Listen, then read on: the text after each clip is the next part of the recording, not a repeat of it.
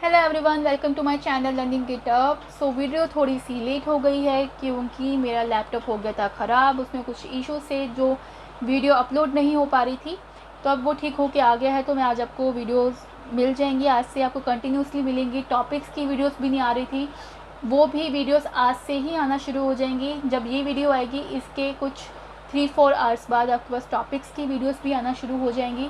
पहला conservation of charge आएगा, then Coulomb's law आएंगे, ठीक है। और चलिए स्टार्ट करते हैं फिर। मैराथन सीरीज का पार्ट 1 का first question is which one of the following is the unit of electric field. देखो, इलेक्ट्रिक फील्ड क्या होता है? F is equal to E is equal to F upon Q, means force upon charge, ठीक है। E is equal to F force upon charge, और force का unit क्या होता है? न्यूटन, और चार्ज का यूनिट क्या होता है? कूलम। तो न्यूटन पर coulomb. Answer option A is correct. Okay, next question आता है हमारे पास, the dielectric constant of metal is. देखो, dielectric constant of metal is infinity. क्यों? क्योंकि इलेक्ट्रिक फील्ड जो है ना मेटल में एग्जिस्ट नहीं करती, उसकी वैल्यू क्या हो जाती है? Zero. That's why dielectric constant of metal is zero. ये बहुत बार पूछा जाता है, काफ़ी इंपॉर्टेंट क्वेश्चन है। नेक्स्ट क्वेश्चन है हमारे पास, 1 coulomb is equal to E dot S dot U. देखो, सारी values E dot S dot U में है। E dot S dot U means electrostatic unit of charge. तो 1 कूलम इज इक्वल टू कितना होता है? 3 × 10⁹ E dot S dot U. तो answer option A is correct, ठीक है। Next question is fourth question में हमें बोला है coulomb's law is vector force can be written as F vector is equal to 1/4πε0 q1 q2 divide by R square R vector, where epsilon naught is the permittivity of free space, the SI unit of epsilon naught is। देखो, जब भी हम Coulomb's law in vector force निकालते हैं तो last में ये result आता है, ठीक है। उसमें उन्होंने बोला है एप्सिलॉन नॉट का SI यूनिट क्या है। तो सबसे पहले तो हम ये फाइंड कर लेते हैं। देखो, F इज इक्वल टू, ये हमें दी है वैल्यू, एप्सिलॉन नॉट हमने इधर ले गए, फोर्स इधर आ गया, देन हमारे पास ये रिजल्ट बना। फोर्स का यूनिट क्या होता है? न्यूटन, चार्ज का कूलम, आर का meter square, coulomb square, coulomb square per newton per meter square. ये हो गया हमारा SI unit of epsilon naught. तो ऑप्शन सी इज करेक्ट, ठीक है। Next question is quantization of charge implies. देखो, क्वांटाइजेशन ऑफ चार्ज इम्प्लाई करता है कि चार्ज को हम क्रिएट नहीं कर सकते हैं, चार्ज को सिर्फ हम अपेयर कर सकते हैं, चार्ज को हम सिर्फ ट्रांसफर कर सकते हैं एक बॉडी से सेकेंड बॉडी में, from one body to another body, ठीक है। तो आंसर क्या हो गया इसका? C, option C is correct. Charge can't be created. Next question है हमारे पास, when a body is charge its mass. देखो, ये क्वेश्चन मैं पहले भी करवा चुकी हूँ, मेरी पार्ट 1 में चले जाइए फिजिक्स इलेक्ट्रोस्टैटिक चार्जेस के। उसमें मैंने एक्सप्लेन किया था कि जब भी कोई बॉडी चार्ज होती है तो उसका मास जो है ना वो डिक्रीज हो जाता है। तो 6 का option D is correct. Question है 7th, the SI unit of electric dipole is. देखो, इलेक्ट्रिक डाइपोल क्या होता है? A pair of equal and opposite point charges separated by a small distance, means P is equal to Q। Small distance को हमने किया है 2a, ठीक है। तो PQ का सिंबल क्या हुआ है? Coulomb.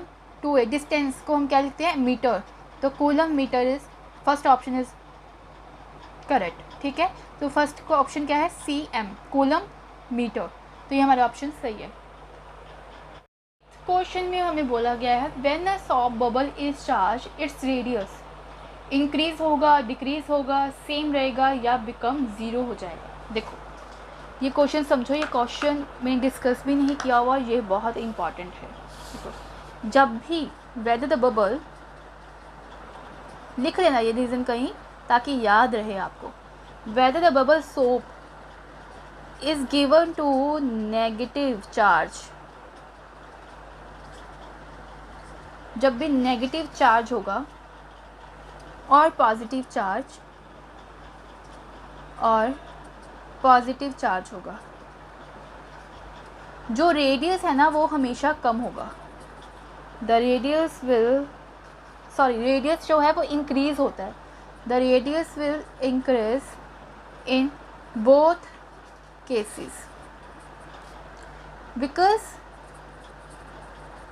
when positive charge is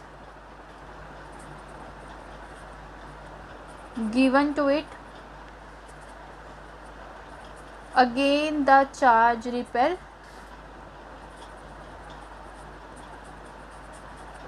and expand the radius। जब भी पॉजिटिव चार्ज देगा या नेगेटिव चार्ज देगा तो वो हमेशा उसका रेडियस जो है वो इंक्रीज़ होगा। ठीक है, क्योंकि पॉजिटिव चार्ज होगा तो अगर उसके पास पॉजिटिव चार्ज होगा तो वो रिपेल करेंगे। अगर कोई चीज़ रिपेल करेगी इधर की तरफ जाएगी तो रेडियस क्या होगा, इंक्रीज़ होगा। तो जब भी when a soft bubble is charge its radius increases। A option is correct। Next, 9th question, which one of the following is vector। देखो vector means जिसके पास मैग्नीट्यूड भी हो और डायरेक्शन भी हो। ऑप्शन ए चार्ज नहीं हो सकती, ऑप्शन बी कैपेसिटी नहीं हो सकती, option C electric field intensity ये हो सकती है। ठीक है, क्योंकि इलेक्ट्रिक फील्ड इंटेंसिटी डायरेक्शन तो हमें देती है। ठीक है, तो option C is correct. Next one is formula of electric field intensity, option A is correct. देखो ये तो आपको डायरेक्ट याद रखनी है, कैसे फाइंड करते हैं ये मैंने समझाया हुआ है, लेकिन फिर भी आपको एमसीक्यू क्वेश्चंस के लिए तो याद रखना ही पड़ेगा। इनके डायरेक्ट वैल्यूज उधर आप फाइंड करने बैठोगे तो टाइम वेस्ट होगा आपका, क्योंकि न्यूमेरिकल्स भी आपने सॉल्व करने, न्यूमेरिकल्स की कैलकुलेशन में भी टाइम जाएगा। तो इन्हें आप घर पे एक चार्ट बना लीजिए, नहीं तो मैं आपको चार्ट प्रोवाइड करूँगी जिसमें इलेक्ट्रिक फील्ड इंटेंसिटी के यूनिट, चार्जेस, उसके डिमेंशंस, कूलम्ब फोर्स के, इलेक्ट्रोस्टैटिक चार्जेस के, सबका मैं एक चार्ट बना दूंगी। उसको एक एक को करके, एक एक टॉपिक को पकड़ के उसको अच्छे से याद करो डेली। एकदम से मत याद करना, एक एक टॉपिक को लेके याद करो ताकि आपको इजीली याद रहे। ठीक है, और इनकी जो वैल्यूज़ है पर एम्पेयर ये अच्छे से याद रखना, क्योंकि इन्हीं में गड़बड़ होती है, क्योंकि ज़्यादा सारी वैल्यूज सेम होती हैं। ठीक है, तो नेक्स्ट क्वेश्चन हमारे the unit of electric field intensity, वही E is equal to F upon Q. तो एफ फोर्स का हुआ न्यूटन एंड कूलम का हुआ क्यू का हुआ कूलम, तो न्यूटन पर कूलम, मतलब second option is correct.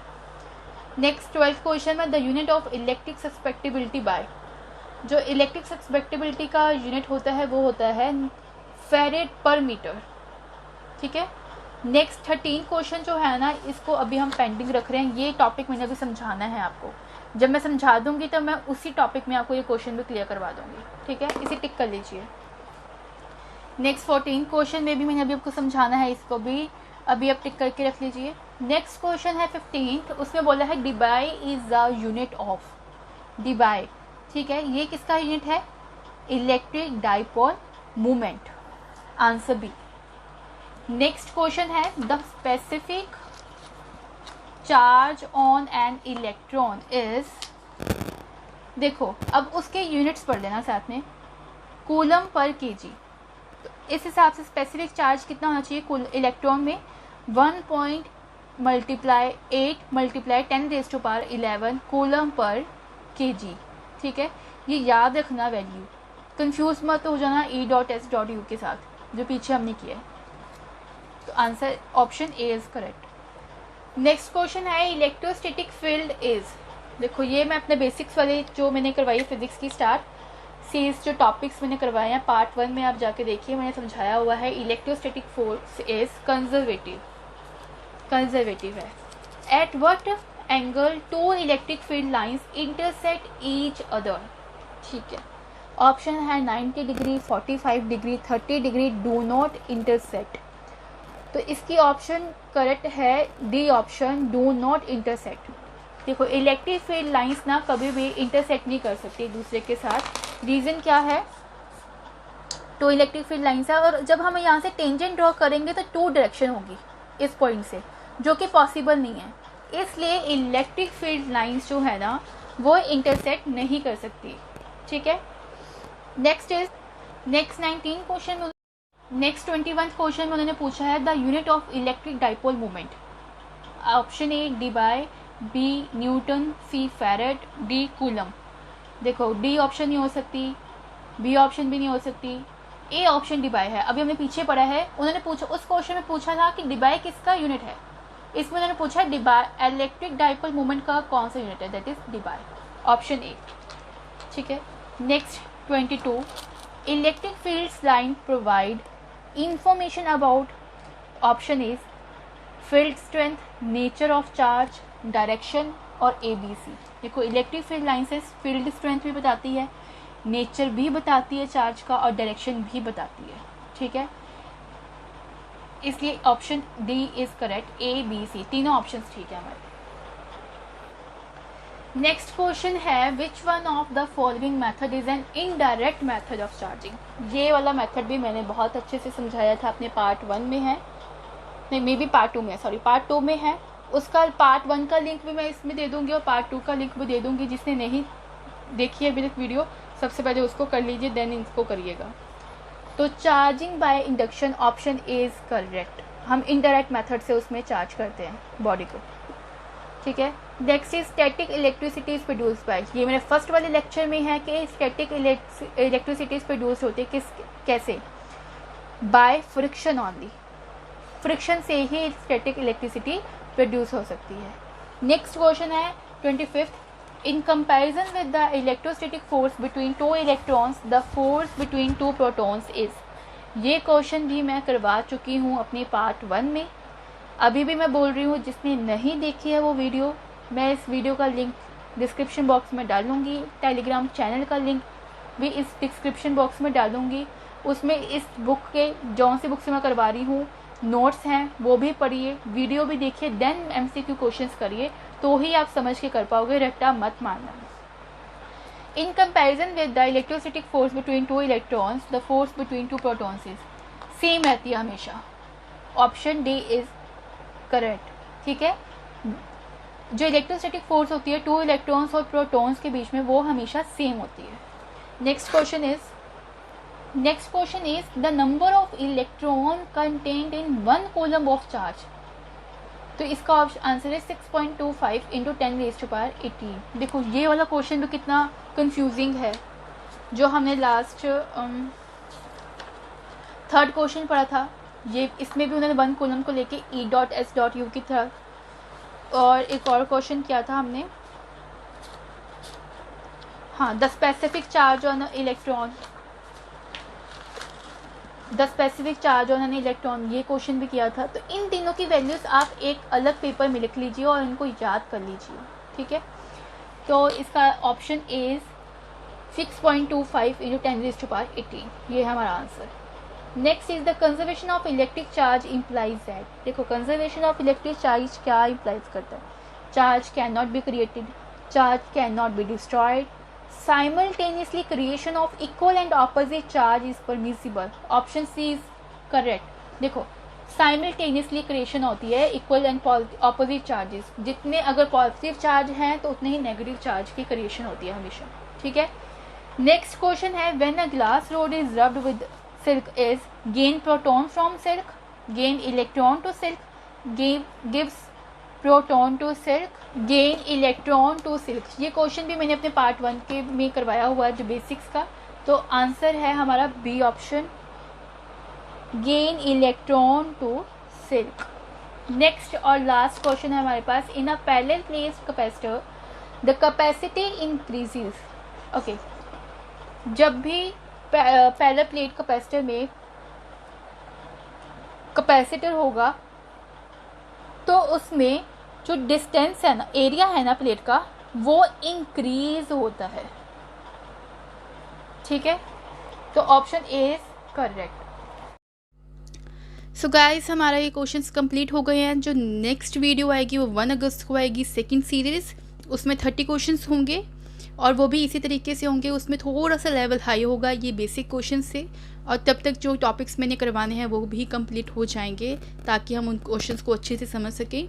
And ये क्वेश्चंस बहुत अच्छे से पढ़िएगा क्योंकि ये क्वेश्चंस डायरेक्ट पेपर में पूछे जाएंगे, डायरेक्ट ऐसे ही क्वेश्चंस पूछे जाएंगे। एंड चलिए मिलते हैं नेक्स्ट वीडियो में। और अगर आपको ये वीडियो पसंद आई हो तो like, share and comment and subscribe to my channel ताकि आपको मेरी वीडियोस की अपडेट मिलती रहे।